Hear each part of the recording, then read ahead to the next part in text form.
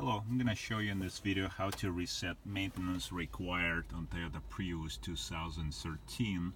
It may work 2012 to 2015 version.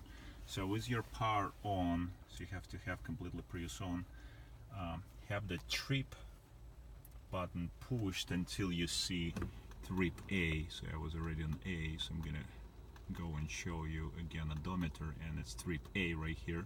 So you stop here, and then now when you set to trip A, you can go ahead and turn the power off on your Prius, and make sure you hold your brake pedal on and press your kilometer per hour and mile per hour button, and simultaneously press your power button once, back again, and hold your button until your maintenance requires completed.